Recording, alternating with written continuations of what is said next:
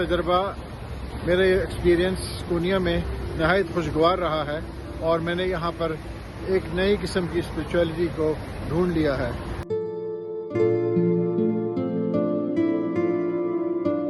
بسم اللہ الرحمن الرحیم، السلام علیکم۔ میرا نام صدیقی ہے۔ میں گزشتہ 10 روز سے کونیا میں موجود ہوں۔ یہاں میری موجودگی عرس حضرت مولانا جلالالدین رومی کے عرس کی سیلیبریشن کے لیے ہے۔ میں یہاں پہ 7 دسمبر کو آیا تھا، اور یہاں پر میں عرس کے ختم ہونے تک، کیونکہ 17 دسمبر کو ختم ہوگا، موجود ہوں گا۔ میں نے یہاں بہت سی چیزیں دیکھی ہیں۔ یہ میرا سفر انتہائی اسپریچول اور انتہائی خوشگوار گزرا ہے۔ مجھے بتایا جاتا ہے کہ کونیا ایسا شہر ہے جہاں پہ کرائم زیرو ہے، یعنی کوئی کرائم یہاں پہ نہیں ہے۔ اسٹریٹ کرائم دیکھ لیں یا کچھ بھی طریقے سے آپ اس کو سوچ لیں۔ لوگ بڑے مہمان نواز ہیں، ترکی لوگ بہت مہمان نواز ہیں۔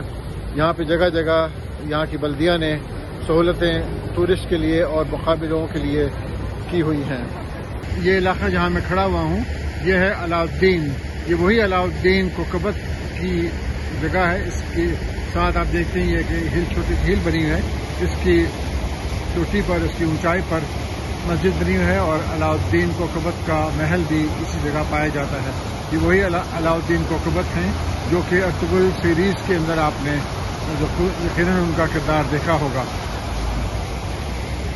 اس علاؤالدین مرکز میں، یہ شہر کا مرکزی مقام کہہ لیجئے۔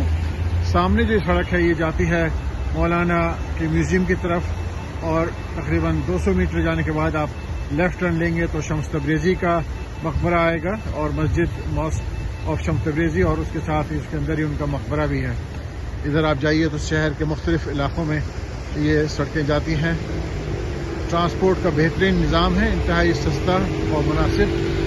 Buses, trams and local pickups جو ہیں، چھوٹی چھوٹی منی بسز کے یہاں اویلیبل ہیں، جو کہ بتایا جاتا ہے کہ 2 لیرے سے لے کر 7 لیرے تک کا یہ سفر آپ کو ملے گا۔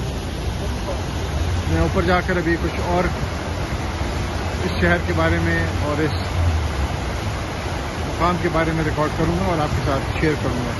تاریخ اعتبار سے کونیا میں آبادی کے آثار، اثرات اور موجودگی 3rd ملینیم BC سے شروع ہوتے ہیں۔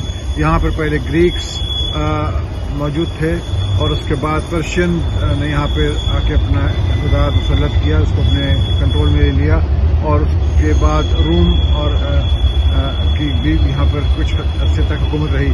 سلجوک امپائر نے، سلجوک حکمرانوں نے یہاں پر 11 سینچری سے اپنا اقتدار قائم کیا، اور وہ ان علماء اور ان اولیاء حضرات کے ساتھ جڑ گئے جو یہاں پر اسلام کی تشہیر اور اسلام پھیلانے میں ایک مرکزی کردار ادا کرتے تھے۔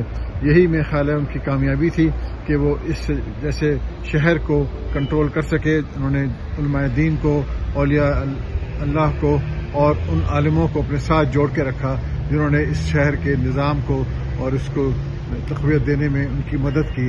یہ سامنے جو مسجد نظر آ رہی ہے علauddin ماسک ہے، جامع علauddin لکھا ہے۔ یہ علauddin کوکبت کے نام سے منسوب ہے، اور یہ محل کے اور ان کے قلعے کے پچھلے سائٹ سے کے پر بنی ہوئی ہے۔